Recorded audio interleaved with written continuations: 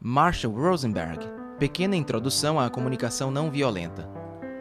Marshall Rosenberg se baseou em Gandhi, Martin Luther King e outros líderes pela paz. Reconhecido mundialmente, Rosenberg tem qualificações que o fazem ser visto como um dos líderes mais importantes na busca pela paz mundial. Ele fundou e é diretor do Center for Nonviolent Communication e é autor da Comunicação Não Violenta, uma linguagem da vida. Ministrou treinamentos e programas de paz em várias regiões assoladas pela guerra, como Irlanda do Norte, os Balcãs, África e o Sul da Ásia. Pergunta: em 40 anos, como mediador de conflitos entre grupos em guerra em todo o mundo, qual a parte mais importante do seu trabalho que traz a paz às pessoas envolvidas? Marshall: em primeiro lugar, eu nunca ouço o que as pessoas pensam. Já fui chamado de muitas coisas pelas pessoas que me ouviam. No meu livro, está escrito que eu estive num campo de refugiados na Palestina.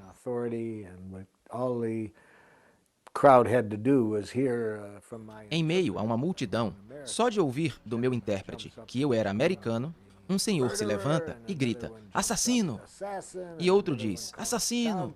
E mais outro grita: "Matador de crianças!" Após uma hora, o cara que me chamou de assassino me convida para jantar em sua casa. Não ouvi o que ele pensava sobre mim. Me conectei ao que ele estava sentindo, às suas necessidades. Quando entrei naquele campo de refugiados, havia centenas de granadas de gás lacrimogênio por toda a grama. Foram usadas na noite anterior, quando houve um tumulto por ali. E na lateral de cada granada estava escrito: "Feito nos Estados Unidos da América." Então, o cara me chama de assassino ao ouvir que sou americano, e procuro ouvir o que ele sente. E digo: "O senhor está furioso?" E depois de tanto ouvir suas necessidades, digo: "Você precisa de uma ajuda do meu país que seja diferente da atual?" Ele olha assustado para mim. Normalmente, não é assim que as pessoas lhe respondem quando ele grita com elas. Ele disse: "É isso mesmo, não temos esgoto, habitação. Por que vocês estão enviando essas armas?" Então eu disse: "Está claro porque você está tão irritado. Se você não tem esses sistemas básicos e vê todas essas armas enviadas para cá, percebo que suas necessidades são por outro tipo de ajuda." E ele disse: "Você sabe como é viver nessas condições durante todos esses anos?" E eu disse: "Você gostaria que eu compreendesse o quanto é desesperador por um dia, quanto mais por muitos anos?"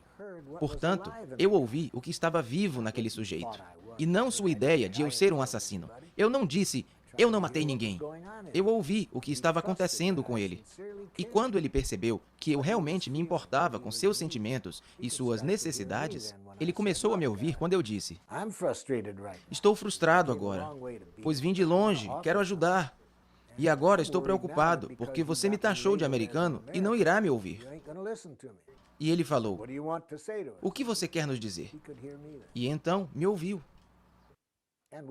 A propósito, temos uma escola naquele campo de refugiados.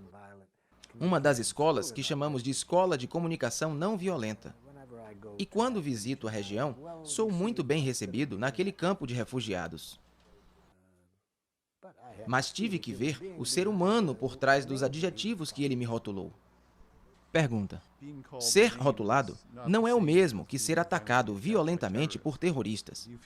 Há sempre justificativa para usar agressão e violência na hora de reagir a este tipo de ataque? Marshall: neste caso, eu diria não à violência ou à agressão, e sim ao uso protetor da força. Há momentos em que precisamos aplicar o uso protetor da força, mas nunca a violência e a punição.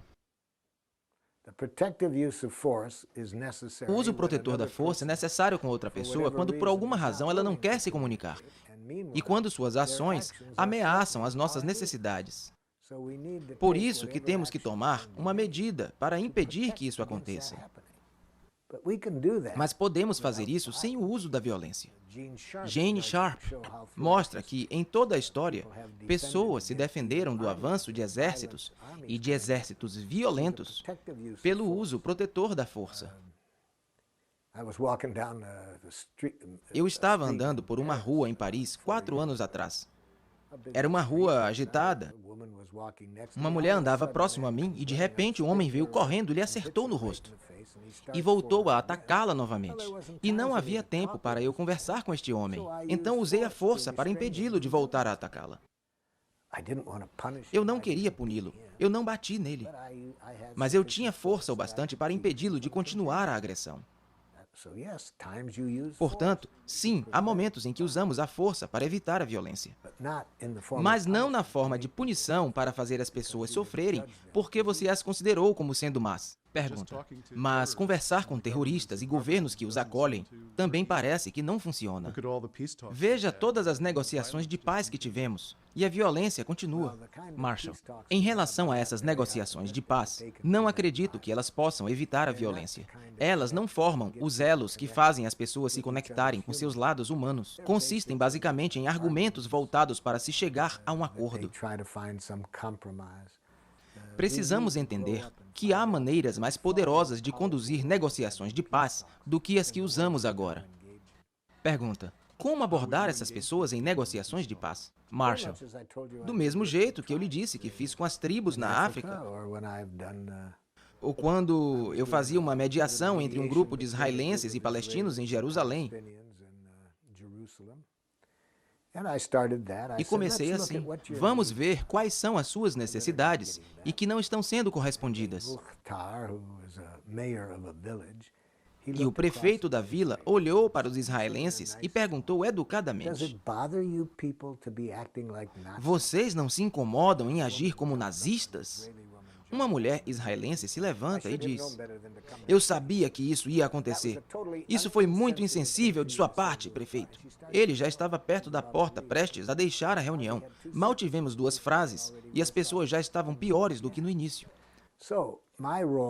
Então, meu papel era ajudar cada grupo a se conectar com a necessidade do outro. Por isso, eu disse ao prefeito, e eu sabia sobre o que ele estava se referindo.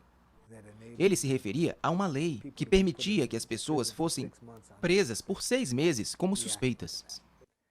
E eu disse, prefeito, você precisa ser compreendido sobre o quanto sua necessidade por segurança não é atendida por essa lei? E ele respondeu, é isso que eu quero dizer. Claro que ele não disse exatamente dessa forma. Depois eu ajudei a mulher a ouvir isso. E então tivemos uma conexão diferente do que quando ela ouviu ser chamada de nazista. É isso o que eu faço nesses casos.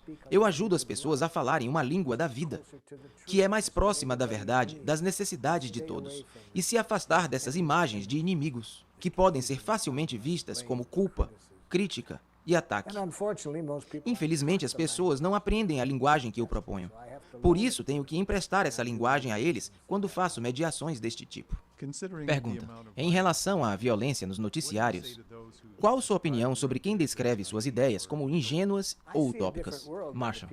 Vejo um mundo diferente em relação ao que as pessoas veem pela televisão ou nos jornais. Por exemplo, eu vejo a violência, eu trabalho em lugares violentos, mas o que eles não veem são as pessoas com quem eu trabalho.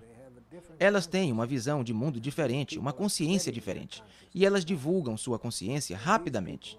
Essas pessoas me dão a esperança de que elas não são difíceis de encontrar em cada país. Por exemplo, o padre Chris Rajendran, no Sri Lanka. Ele faz coisas incríveis por lá. Ele usa nosso treinamento para falar com os 2 lados que estão em guerra.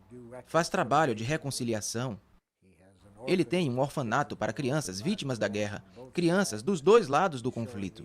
Ele mostrou a essas crianças como se relacionar de maneira diferente. Enfim, em muitos países, agora eu trabalho em 35 países, eu vejo esse tipo de pessoa diariamente no meu trabalho. Portanto, vejo um mundo diferente do mundo que as pessoas veem na TV. Não sou ingênuo. Eu vejo o sofrimento. Em um campo de refugiados, pouco tempo atrás, em Serra Leoa, eu trabalhei com uma médica francesa. Quando o diretor do campo de refugiados soube que ela era médica, ele disse, você pode vir comigo? Tem uma criança que não está bem. Eu a acompanhei. Ela chegou na criança e na mãe e perguntei qual era o problema. Ela disse que o bebê estava morrendo de fome. Eu falei, o quê? Ela disse que a mãe estava morrendo de fome. Perguntei ao líder do campo de refugiados, por que essa mulher e essa criança estão morrendo de fome? E ela disse que 7 pessoas morriam de fome por dia no campo. E eu vi essas coisas. Não sou ingênuo, sei o que está acontecendo. Trabalhei em Ruanda com pessoas que tiveram todos os seus familiares mortos. Sei o que pode acontecer neste mundo, mas trabalho com pessoas em todo o mundo que me dizem que não precisa ser desse jeito. Pessoas que sobreviveram a tudo isso e nunca perderam a consciência que está ligada à nossa natureza. Não há nada que o ser humano mais gosta do que contribuir para o bem-estar do outro.